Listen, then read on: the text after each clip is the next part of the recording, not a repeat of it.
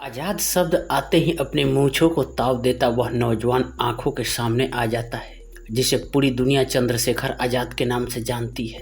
एक युवा क्रांतिकारी जिसने अपने देश के लिए हंसते हंसते प्राण उत्सर्ग कर दिए, जो अपनी लड़ाई के आखिर तक आजाद ही रहा।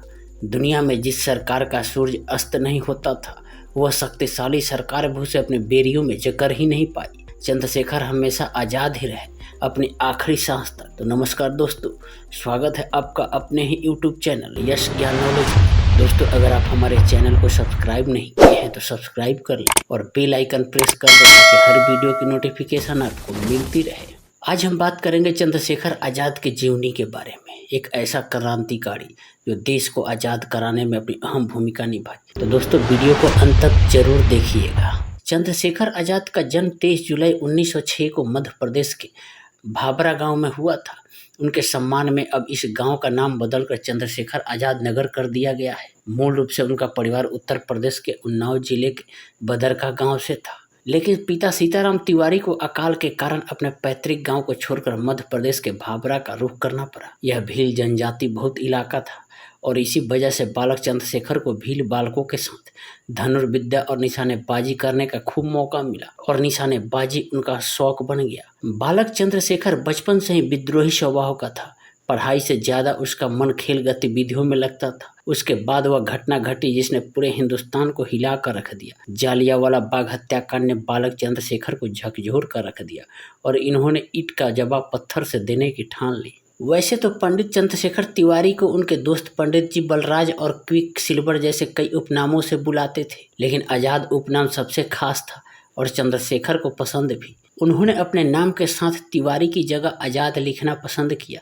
चंद्रशेखर को जाति बंधन भी स्वीकार नहीं था। आज़ाद उपनाम कैसे पड़ा, इस संबंध में एक रोचक उपकथा विख्यात है। हालांकि इस कथा का पंडित जवाहरलाल नेहरू ने जिक्र किया है, लेकिन यह शुरुआती दौर से ही उनके बारे में सुनी सुनाई जाती रही है। हुआ यूं कि 1921 में असहयोग आंदोलन अपने चरम पर था और बालक चंद्रशेखर एक धरने के दौरान गिरफ्तार कर लिया गया और मजिस्ट्रेट के सामने हाजिर किया गया। पारसी मजिस्ट्रेट मिस्टर खारेघाट अपनी कठोर सजाओं के लिए जाने जाते थे। उन्होंने कड़क कर चंद्रशेखर से पूछा, तुम्हारा नाम क्या है?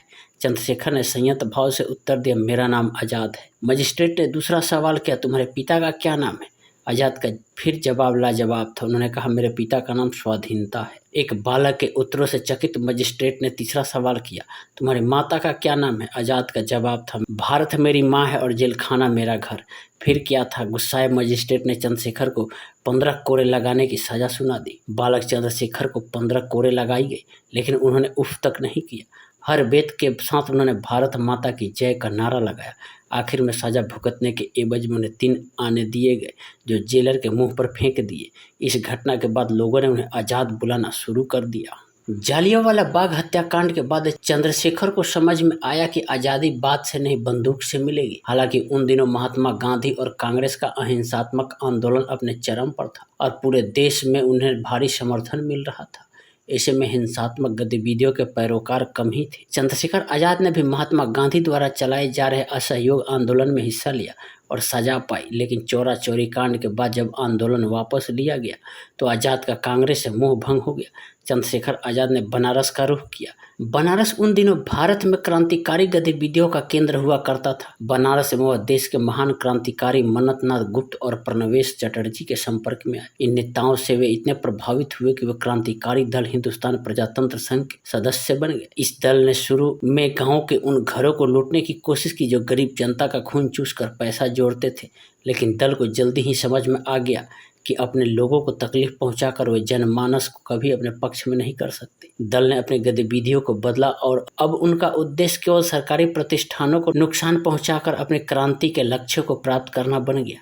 दल ने पूरे देश को अपने उद्देश्यों को परिचित करवाने के लिए अपना मशहूर पैम्पलेट द रिवॉल्यूशनरी प्रकाशित किया। इसके बाद उस घटना को अंजाम दिया गया जो भारतीय क्रांति के इतिहास के अमर पन्नों के सुनहरे हरफों में दर्ज है, जिसका नाम काकोरी कांड है। काकोरी कांड से कौन नहीं परिचित है, जिससे देश के महान क्रांतिकारियों राम प्रसाद बिस्मिल, असफउल्लाह खां, राजेंद्र नाथ लाहिरी और ठाकुर रोशन सिंह को फांसी की सजा सुनाई गई थी। दल के 10 सदस्यों ने इस लूट को अंजाम तक पहुंचाया और अंग्रेजों के खजाने को लूटकर उनके सामने चुनौती पेश की।